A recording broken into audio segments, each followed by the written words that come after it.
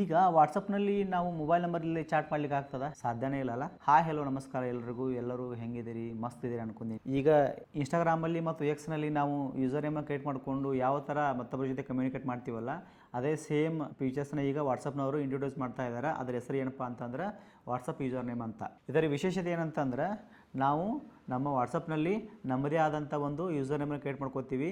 ಆ ಯೂಸರ್ ನೇಮನ್ನು ನಾವು ಯಾವ ವ್ಯಕ್ತಿ ಜೊತೆ ಚಾಟ್ ಮಾಡ್ಬೇಕು ಅನ್ಕೊಂಡಿರ್ತೀವಲ್ಲ ಅವರಿಗೆ ಶೇರ್ ಮಾಡ್ತೀವಿ. ಅದ್ರ ಥ್ರೂ ಅವರು ನಮ್ಮನ್ನು ಕಾಂಟ್ಯಾಕ್ಟ್ ಮಾಡ್ತಾರೆ. ಬಟ್ ಇಲ್ಲಿ ಒಂದು ವಿಷಯ ಏನಂತಂದ್ರೆ, ಅವರಿಗೆ ನಾವು ಜಸ್ಟ್ ನಮ್ಮದು ಯೂಸರ್ ನೇಮ್ ಶೇರ್ ಮಾಡ್ತಾ ಇದ್ದೀವಿ, ನಮ್ಮದು ಮೊಬೈಲ್ ನಂಬರ್ ಶೇರ್ ಮಾಡ್ತಾ ಇಲ್ಲ. ಅಂದರೆ ನಮ್ಮ ಮೊಬೈಲ್ ನಂಬರ್ ಅವರಿಂದ ಹೈಡ್ ಆಗಿದೆ ಅಂತ ಅರ್ಥ. ಇನ್ನು ಈ ಪ್ರೈವೇಸಿ ಅಥವಾ ಗೌಪ್ಯತೆ ಅಂತ ಬಂದಾಗ ನಾವೆಲ್ಲ ಅನ್ಕೊಂಡಿರ್ತೀವಿ, ಈಗ ಯಾವ ಥರ ಇನ್ಸ್ಟಾಗ್ರಾಮಲ್ಲಿ ಯಾರೊಬ್ಬ ಅನ್ನೋನ್ ಪರ್ಸನ್ ನಮ್ಮ ಯೂಸರ್ ನೇಮನ್ನು ಸರ್ಚ್ ಮಾಡಿ ಮೆಸೇಜ್ ಮಾಡ್ತಾರಲ್ಲ, ಅದೇ ಥರ ವಾಟ್ಸಪ್ಪಲ್ಲಿ ಆಗುತ್ತಂತ ಅನ್ಕೊಂಡಿರ್ಬೋದು.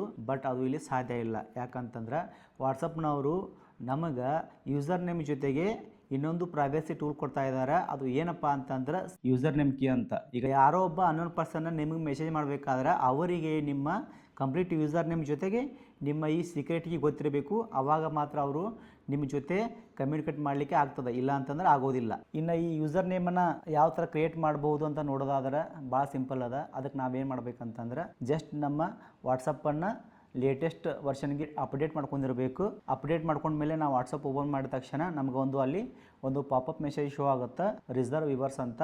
ಅದ್ರ ಮೇಲೆ ಕ್ಲಿಕ್ ಮಾಡಿ ನಮ್ಮ ಯೂಸರ್ ನೇಮನ್ನು ಕ್ರಿಯೇಟ್ ಮಾಡ್ಕೋಬೋದು. ಇದರಲ್ಲಿ ಇನ್ನೊಂದು ಏನು ವಿಶೇಷತೆ ಅಂತಂದ್ರೆ, ನಾವು ಯೂಸರ್ ನೇಮ್ ಎಷ್ಟು ಸಲ ಬೇಕಾದರೂ ಚೇಂಜ್ ಮಾಡ್ಕೋಬೋದು, ಅಥವಾ ಬೇಡಪ್ಪ ಅಂತಂದ್ರೆ ನಾವು ಯೂಸರ್ ನೇಮನ್ನು ಡಿಲೀಟ್ ಕೂಡ ಮಾಡ್ಬೋದು. ಈ ವಿಡಿಯೋ ನಿಮಗೆ ಇಷ್ಟ ಆಗಿದ್ರೆ ಅಥವಾ ಇನ್ಫಾರ್ಮೇಟಿವ್ ಅನಿಸಿದ್ರೆ ದಯವಿಟ್ಟು ಈ ನಮ್ಮ ಚಾನೆಲ್ನ ಸಬ್ಸ್ಕ್ರೈಬ್ ಮಾಡಿ, ಶೇರ್ ಮಾಡಿ, ಲೈಕ್ ಮಾಡಿ ಅಂತ ಹೇಳ್ತಾ, this is 88 hockey signing off. See you in the next video. ಅಲ್ಲಿವರೆಗೂ ನಮಸ್ಕಾರ.